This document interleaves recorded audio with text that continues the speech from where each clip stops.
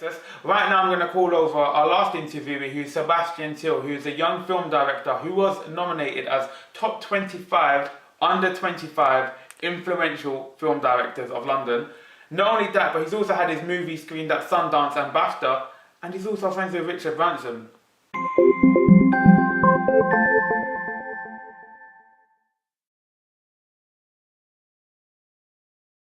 Hello, I'm Hussein Manuel reporting live from Hussein's house, and today I have with me young movie/film director Sebastian Thiel. How are you, Sebastian? I'm good, how are you? Fantastic. Directing isn't something that you set out to do, was it? It's something that happened naturally. Yeah. Can you talk us through the process? Yeah, so Upshot, the way Upshot started was I used to do t-shirts, and the t-shirts that we used to do were like inspirational t-shirts and funny t-shirts, and it's kind of like what we're doing now with Upshot Entertainment on t-shirts. And then through that I started to do adverts for the t-shirts, and the adverts started to do better than the t-shirts, and we started to get a lot of views on the videos. And the main video that happened with was a video called How Not to Chat Up a Girl, which we've done with A-Dot, and that just went viral on like World Star Hip Hop and loads of American and UK sites. And then through that process, I think I started to slowly get more of a love for video, and then Upshot really started to change and move from t-shirts slowly into entertainment. At the same time, I was also doing work experience and with Jump Off TV, and I was also learning how to edit through YouTube tutorials. So it was a very organic process. I'm glad you mentioned the transition of your business there. And what advice would you give to some of the students watching this with regards to starting up a business whilst in university or once leaving university? I would say there's a lot of different resources and things out there to help people. A lot of the things that helped me initially were loads of grants and funding competitions that give you some sort of money to start up something. And there's like loads of really good organisations such as Unlimited, School of Social Entrepreneurs and Virgin Media Pioneers, and there's loads of organisations that you can get a lot of advice from, or even money. So that's one of the things that will help you, because you'll have a bit more money to play with to do things. Another thing as well is to find people that you can work with that are better at things that you aren't as good at. Yeah. If you get what I mean. Yeah. So if you're more of a creative and you're not really good with finance and stuff, then get someone that is to be good to work with you, to help that side of things so you can get things moving.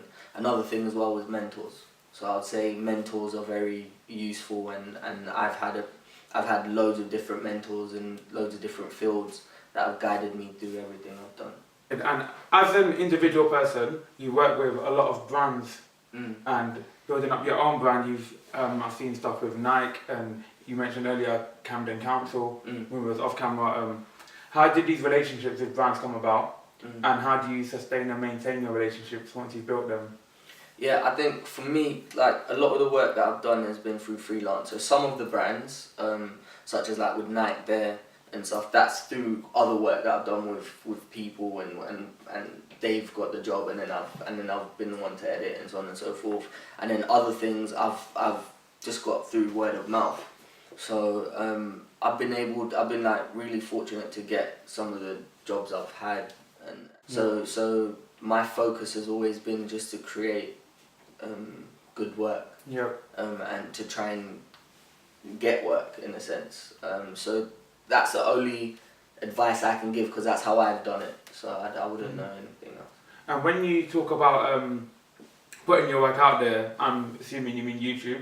Yeah. So the way I used, one of the ways that I use YouTube, I see YouTube as a big like portfolio for the work that I do and stuff. And what we do is when we produce things, a lot of them have purpose, or like they have a goal, and some of them will help us get jobs in other avenues and so on and so forth. The internet has a lot of stuff on it, a lot of content. How do you build up a following online? I'm just trying to think, because it was initially it was just through creative ideas. So when we first started, we'd done, I think some of the first sketches that we'd done that went viral were with Baba Tunde, there was a sketch called Atta, and this Marks and Spencer's sketch and a sign language sketch. We had loads of different little creative sketches, and those kind of just went viral, and then through that you get subscribers and so on and so forth. And then we started to do other videos like the A dot one that went ridiculously viral and like 500,000 views and stuff.